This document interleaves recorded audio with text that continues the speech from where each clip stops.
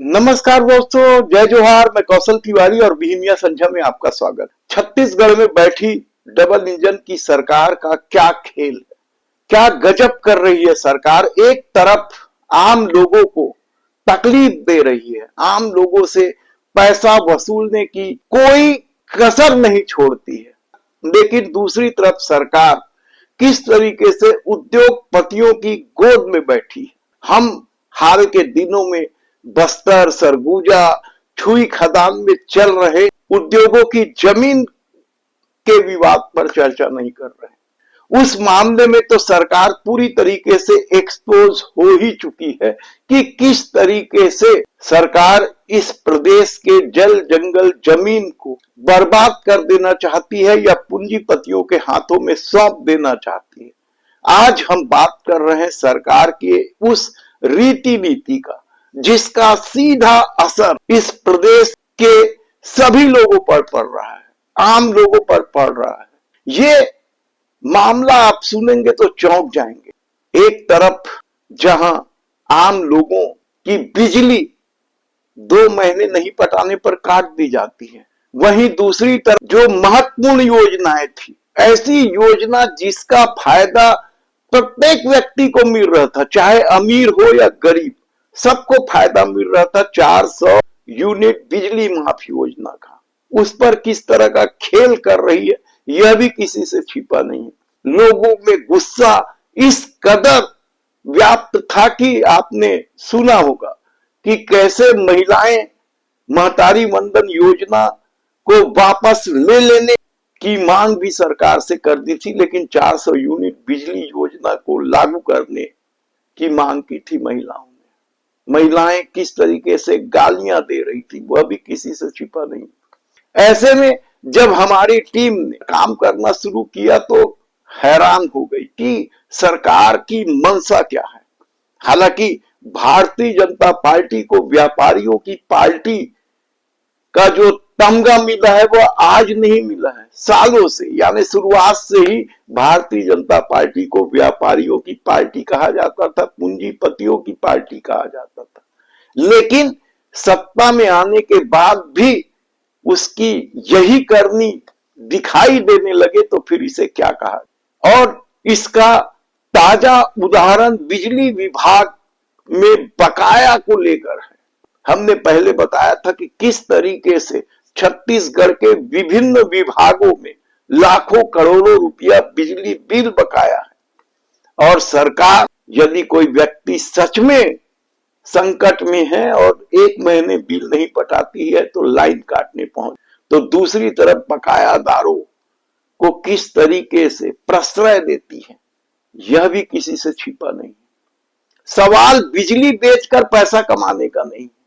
निश्चित तौर पर यदि बिजली का उत्पादन बेहतर हो रहा है, अच्छा हो रहा है, तो सरकार को बिजली बेचना चाहिए, लेकिन क्या समय पर उन पड़ोसी राज्यों से वसूली नहीं करनी चाहिए, उन उद्योगपतियों से वसूली नहीं करनी चाहिए जिन पर लाखों करोड़ों रुपए बकाया है। ये बड़ा सवाल है। और हमारी टीम ने शानदार काम करके जो आंकड़े इकट्ठा किए हैं वह आप सुनकर खुद चौंक जाएंगे कि किस तरीके से ऐसे 20 उद्योग हैं जिनसे 400 करोड़ रुपए लेना है, यानी आप आम आदमी को सुविधा दे नहीं पा रहे हैं। 400 यूनिट बिजली बिल हाफ योजना को बंद कर रहे हैं और दूसरी तरफ पड़ोसी राज्यों को उद्योगों छूट दे रहे हैं, उनसे वसूली नहीं कर पा रहे हैं। ये कैसी रीति नीति है आप खुद सोचिए। जो टीम ने इकट्ठा किया है उसके मुताबिक जो बिजली बेचकर पैसा पड़ोसी राज्यों से आना था उसमें 2021 से बकाया है।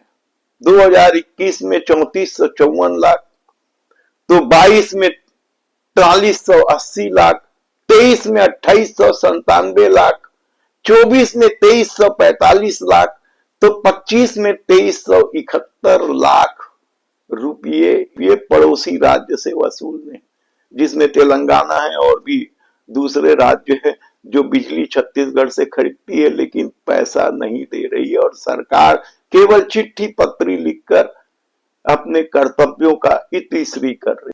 तो दूसरी तरफ जिन उद्योगों पर 400 करोड़ बकाया है, आप सोच सकते हैं, जिसमें जो जल का भी पैसा है, यानी जो जल लेती है उद्योग सरकार से, वो भी पैसा करोड़ों अरबों में है। बड़े बड़े उद्योग हैं, नाम सुनेंगे तो आप चौंक जाएंगे। इसमें विद्युत मंडल खुद देनदारी है, सरकार को देना है उन्हें 22633 लाख। आप सोचिए, इतना पैसा विद्युत मंडल को ही देना है। जल विद्युत संयंत्र को 26.6000 लाख ये विद्युत संयंत्र को है। ताप विद्युत गृह से 196.640 लाख। विद्युत मंडल कोरबा से 7742 लाख। बालको से 42.110 लाख। तो बालको के विस्तारीकरण का भी अलग बिल है, उसका 3665 लाख।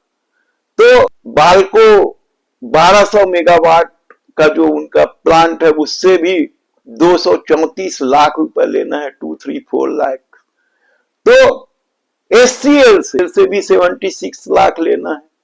एसीबी, आप समझिए, एसीबी से अलग अलग 3 उनके काम है। उनमें तीनों में किसी में 350 लाख है, तो किसी में 1071 लाख है, तो किसी में 4850 लाख। इतना पैसा लेना है। तो लैंको से भी 542 लाख यानी 542 लाख। तो मारुति क्लीन से 150 लाख ये लेना है। सोचिए, यानी एक तरफ बकाया सरकार वसूल नहीं कर पा रही है और दूसरी तरफ किस तरीके से आम लोगों को परेशान कर रही है। इस मामले को लेकर हमने जल संसाधन मंत्री केदार कश्यप से भी बात करने की कोशिश की, लेकिन उनसे बात नहीं हुई। और केदार कश्यप के बारे में तो किसी से छिपा ही नहीं है कि वे सरकार कैसे चलाते हैं, किस तरीके से चलाते हैं। वे वन मंत्री हैं और उनके विभाग में क्या क्या खेल होता रहा है, यह भी किसी से छिपा नहीं। किस तरीके से किसानों को समय पर बिजली नहीं मिल पाता है, किस तरीके से अघोषित कटौती शुरू कर दी जाती है, आम आदमी परेशान हो जाता है। खासकर गर्मी के दिनों में किस तरीके से अघोषित कटौती होती है, या जब किसानों को पानी की जरूरत होती है उस दौरान किस तरीके से विद्युत कटौती होती है। स्ट्रीट लाइटें ठीक से नहीं जल पाती हैं। यानी कितनी समस्याएं हैं, और इन समस्याओं को हल करने में ये राशि बहुत मदद कर सकती है। किस तरीके से सरकार खेल खेल रही है, ये आपके लिए हैरानी की बात होनी चाहिए कि सरकार आखिर चल कैसे रही है। एक तरफ तो मनमाने वसूली है, लोग महतारी वंदन योजना के नाम पर जरूर पैसे दे रही है, लेकिन उसमें भी अब सुनने में आ रहा है कि 6 लाख महिलाओं के नाम अब तक काटे जा चुके हैं। योजना शुरू हुई थी तब से अब तक। तो इसी तरीके से राज्य सरकार की भी कई सारी योजनाएं थी जो भूपेश बघेल के सरकार के दौरान शुरू की गई थी। उन योजनाओं में भी क्या खेल हुआ है या किसी से छिपा नहीं है। रीपा योजना को लेकर तो महिलाएं किस कदर नाराज है। कई महिलाओं की तो जीविका छीन गई है। कई महिलाएं जो मशीन लगाई थी, कैसे करके वो मशीन वैसे ही पड़े हैं ठप। तब देखना है कि राज्य सरकार को जो पैसे वसूलने हैं वो पैसे कब वसूले जाएंगे और लोगों को कब परेशान करना बंद करेगी ये सत्ता। धन्यवाद।